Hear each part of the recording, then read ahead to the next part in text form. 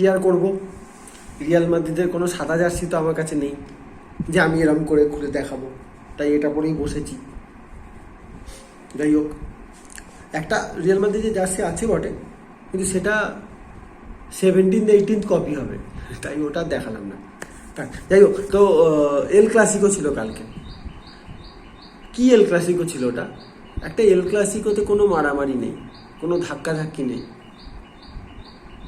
Referee সামনে গিয়ে 5-6 জন মিলে বার্সেলোনা যে সবাই গ্যাঞ্জাম করে রেফারিকে প্রেসার করা, সেটা নেই। বুস্কেটসের মতো কেউ উল্টে পড়ে গিয়ে এরকম করে চোখ টিপে দেখা নেই, কোনো স্পার্কই নেই এল ক্লাসিকো। না, আমরা এল ক্লাসিকোর গোল্ডেন এরা টপকে গেছি, আর আসবে না সেই দিনগুলো, আর ওই দিন আসবে না, অসম্ভব। এল ক্লাসিকো মানে পেপের ট্যাকেল, এল ক্লাসিকো মানে মেসির ড্রিবল, এল ক্লাসিকো মানে রোনাল্ডোর লং রেঞ্জার, এল ক্লাসিকো মানে গ্যারেথ বেলের সাইড লাইন দিয়ে দৌড়ে গিয়ে গোল করা, এল ক্লাসিকো মানে পিওলের ডিফেন্স করা, এল ক্লাসিকো মানে ডিমারিয়ার ইন্ডিভিজুয়াল ব্রিলিয়েন্স, এল ক্লাসিকো মানে জাবি নিয়াস্তার টিকি টাকা। কোথায় সেসব, কোথায়? দূর দূর। কালকের এল ক্লাসিকো আমার সত্যি কথা বলতে আমি না একটা টাইমের পর বোর হচ্ছিলাম, কারণ কিছু একটা যেন মিসিং। মানে সেই আর এই লা লিগার কমেন্ট্রিগুলো না ঠিকঠাকভাবে, ক্রাউডের আওয়াজ শোনা যায়, একটা কোনো উত্তেজনা নেই, কমেন্ট্রি গোল হচ্ছে তাতেও উত্তেজনা নেই, যেন জল ভাতের মতো ব্যাপার। যাই হোক, এবার ম্যাচের পরে, কালকে যা ম্যাচ হয়েছে, ম্যাচের পরে অ্যাজ ইউজুয়াল জাবি বলতে শুরু করে দিয়েছে যে রবারি হ্যান ত্যান এইসব হয়েছে। যাই হোক, কালকে আরেকটা ম্যাচও ছিল, সেটা নিয়ে তো অলরেডি ভিডিও পোস্ট করেছি, দেখেছেন। আমি কেন হঠাৎ ইউনাইটেড কভেন্ট্রি ম্যাচটার কথা এখানে তুলে আনছি, তার একটা বড় রিজন হচ্ছে কালকে চুয়ামেনি সেন্টার ব্যাক, লেফট ব্যাকে ছিল কামাভিঙ্গা, মাঝমাঠ খেলেছে দুটো বুড়ো, ক্রুজ মডরিচ, তার সঙ্গে ভালভার্দে ছিল। তো দুটো বুড়ো কালকে মাঝমাঠ খেলেছে।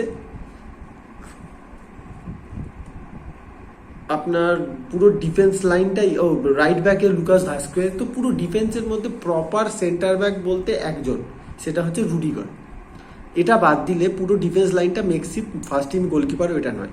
সেই টিমটা গিয়ে সিটিকে হারাতে পারে। সেই টিমটা এল ক্লাসিকোতে এরম একটা সেন্টার ব্যাক নিয়ে যদি কার্লো অ্যানচেলোত্তি তাদেরকে নামাতে পারে এল ক্লাসিকোতে, এবং সেই টিমটা 3-2 এল ক্লাসিকো জিতে বেরিয়ে আসতে পারে, আমাদের ম্যানেজার মানে ম্যানচেস্টার ইউনাইটেডের ম্যানেজার এরিক টেন হাগের এত কাঁদুনির কী আছে আমি এখনও সত্যি বুঝি না। যে আমি গোটা সিজনে মাত্র একবার আমার প্রপার টিমটা পেয়েছি, ভাই মাদ্রিদ তো পাইনি, তাও ওরাও তো সেম। এটার Militao injured, David Alaba injured, টিবো Karatoya injured, Tchouameni suspension ছিল, এইভাবে চলছে। ফার্লান মেন্ডিকে খেলায়নি। তো এরা পারলে, এই জন্য মেন্টালিটি মনস্টার বলা হয় রিয়াল মাদ্রিদকে। যাই হোক, এল ক্লাসিকোতে আসি কালকে। জ্যাবি বলছে রবারি, কিন্তু কোনটা? ওই গোল লাইনটা, তা গোল লাইন টেকনোলজি তো নেই। আর ভার তো দেখলো, ভার তো দেখেছে নাকি যে 11 পয়েন্ট সামথিং কত % বল লাইন টাচ করেছিল, গোল লাইন টাচ করেছিল বলটা। তো সেখানে কিসের কন্ট্রোভার্সি? এবার হচ্ছে পেনাল্টি, ওটা তো পেনাল্টি ছিল, অবশ্যই পেনাল্টি ছিল। লুকাস ভাস্কুয়েজ যেটা বক্সের ভেতর ঢুকে গেছে, আর যাবি এখনো প্লেয়ার থেকে ম্যানেজার হয়ে গেল, এখনো ওই স্বভাবটা গেল না। রেফারিদের কিছু হলেই রেফারিকে ব্লেম কর। এই ম্যানেজার হওয়ার পরে এই সিজনে বার্সেলোনা ছেড়ে চলে যাচ্ছে, তারপরেও হলো না। আরে ভাই, তুমি এত বড় প্লেয়ার, একটা ভালো ম্যানেজারও, তুমি এইগুলো কোনো কথা? এগুলো কোনোভাবে মানা যায়? এটা কালকে ওটা পেনাল্টি না, তো যাই পেনাল্টি দিয়েছে রেফারি। আর রেফারি রিয়াল মাদ্রিদের পক্ষে কোনো ডিসিশন দিলেই রেফারি বায়াসড। আজব কথা ভাই, রেফারি রবারি হয়ে গেছে, কি করে এটা হয়? মিডফিল্ডে সার্জিও বুস্কেটস না থাকলা যে অবস্থার আগের দিন আমি বলেছিলাম চ্যাম্পিয়ন্স লিগের রিভিউ করতে গিয়ে পিএসজির এগেনস্টে, সেমটা রিভিউ করতে গিয়ে পিএসজির এগেনস্টে ম্যাচটায় সেম জিনিস তো কালকেও দেখা গেছে। ফ্র্যাঙ্কি ডি জং একটা ব্যাড লাক ইঞ্জুরিটা, কারণ বলের সঙ্গে ফ্র্যাঙ্কি ডি জংয়ের টোয়ের সামনেটা এমন বাজেভাবে লেগেছে, ইঞ্জুরিটা হয়ে গেছে। আদারওয়াইজ ক্রিশ্চিয়ানসেন তো বুস্কেটস নয়, মাঝমাঠ চালাতে পারছে না ক্রিশ্চিয়ানসেন। বুস্কেটসের যে এবিলিটিটা ছিল সেটা তো নয়। যেমন দেখুন, রিয়াল মাদ্রিদের মাঝমাঠে ক্রুজ বল হোল্ড করতে পারে, খেলাটাকে ঘুরিয়ে দিতে পারে, ক্রিশ্চিয়ানসেন পারে না। মোমেন্টাম স্লো করার ক্ষমতা ক্রুজ মডরিচের আছে, ক্রিশ্চিয়ানসেনের নেই। ফ্র্যাঙ্কি ডিজং আর গুন্ডোগান, পেদ্রি, আবার পেদ্রি কি এই পেদ্রি কি সেম পেদ্রি যে পেদ্রিকে আমরা চিনতাম? কালকে যেভাবে ব্রাহিম ডিয়াজ পেদ্রিকে নিয়ে চলে গেল, পেদ্রি চেষ্টাও করলো না ট্যাকেল করার। একটা জায়গায় মনে আছে লামিনে জামাল, লামিনে জামাল, সেটাকে নিয়ে আসছি পরে। লামিনে জামাল যখন বক্সে ঢুকবো করছে, ওই মোমেন্টে লামিনে জামালকে বক্সের বাইরে ট্যাকেল করে দিল কামাভিঙ্গা। তো টিমের জন্য কখনো কখনো এরকম ডার্টি ইয়েলো কার্ড নিতে হয়, এরকম ডার্টি প্লে করে নিতে হয়। লামিনে জামাল কালকে মোটামুটি কামাভিঙ্গাকে চাঁদ তারা সব দেখিয়ে দিয়েছিল যতক্ষণ প্রথম দিক থেকে।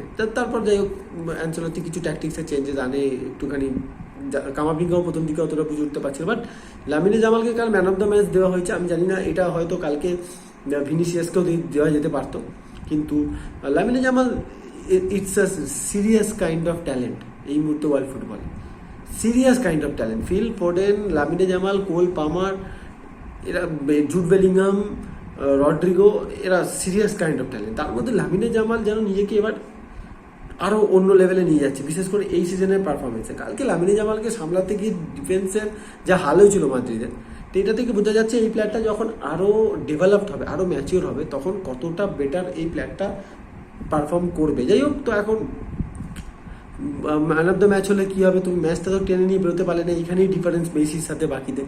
Messi man of the match যেটা ম্যাচে হয়, সেই ম্যাচে বার্সেলোনা হারতো না, that is the difference. Messi man of the match হবে আর বার্সেলোনা হারবে, এটা হতে পারে না, ঠিক আছে? কারণ মেসি তো ওইভাবেই ম্যান অফ দ্য ম্যাচ হয় না, যে টেনে নিয়ে বেরিয়ে যাবে ম্যাচ একা। এল ক্লাসিকোতে মেসি গোলের পর গোল করে ম্যান অফ দ্য ম্যাচ হয়েছে, এরকম পারফরমেন্স করে ম্যান অফ দ্য ম্যাচ হয়। তো এটাই ডিফারেন্স মেসির সাথে অন্য লেভেলে। এখন ইট ওয়াজ এ থ্রিলার এগেন, ভালো খেলা হচ্ছিল। বার্সার মাঝমাঠ এতটা ডমিনেট হয় অপোনেন্টের দ্বারা এই প্রথম দেখছিলাম, কারণ ক্রুজ, মডরিচ আর ভালভার্দে যে লেভেলের কালকে মিডফিল্ডটাকে কন্ট্রোল করছিল, বার্সা পারছিল না। বাট স্টিল বার্সা যতবার অ্যাটাকে গেছে, বার্সাকে দেখে মনে হয়েছে যে তারা যথেষ্ট একটা বড় থ্রেট। লেভানডস্কিকে দেখে খারাপ লাগলো, লেভানডস্কি এটাও দেখে বোঝা গেল যে আস্তে আস্তে এবার লেভানডস্কি শেষে শুরু হয়ে গেছে। বাট শেষে এবছরে যেটা বার্নাবিউর যেটা গিফট পাওয়ার ছিল, বার্নাবিউ যেটা এতদিন ধরে পেয়ে এসছে, জুড বেলিংহামের ফিনিশিং আর এই সেলিব্রেশনটা, জুড বেলিংহাম, এটা একদম পোয়েটিক জাস্টিস। ম্যাচটা এইভাবেই শেষ হওয়া উচিত ছিল। জুড বেলিংহামের ফিনিশিং, তার আগে ভিনিসিয়াস পারলে শেষ করে দিতে পারতো, একবার নয় দুবার, কিন্তু পারেনি। একটা তো খুব সুন্দর চান্স মিস করলো, কিন্তু জুড বেলিংহামের জন্য তোলা ছিল এই গোলটা। আর জুড বেলিংহাম নিজের কাজটা করে দিয়েছে। সো এইসব রবারির তথ্য দিয়ে কোনো লাভ নেই, ট্যাকটিক্যাল কোনো অ্যানালিসিস করে লাভ নেই, কারণ রিয়াল মাদ্রিদ ম্যাচের ট্যাকটিক্যাল অ্যানালিসিস হওয়া সম্ভব নয়। কখন অ্যানচেলত্তি যে কী খেলায় আর টিমটা কী খেলে বোঝা যায় না। মুভমেন্টসে খেলা টিম, কালকে অনেক ভালো পারফরমেন্স। বার্সেলোনাও নিজের প্ল্যানে স্টিক ছিল, বাট আমি স্টিল যেটা ফিল করছি, বার্সেলোনা বুস্কেটসকে খুব মিস করে, সেটা ওদের খেলা দেখে বোঝা যাচ্ছে।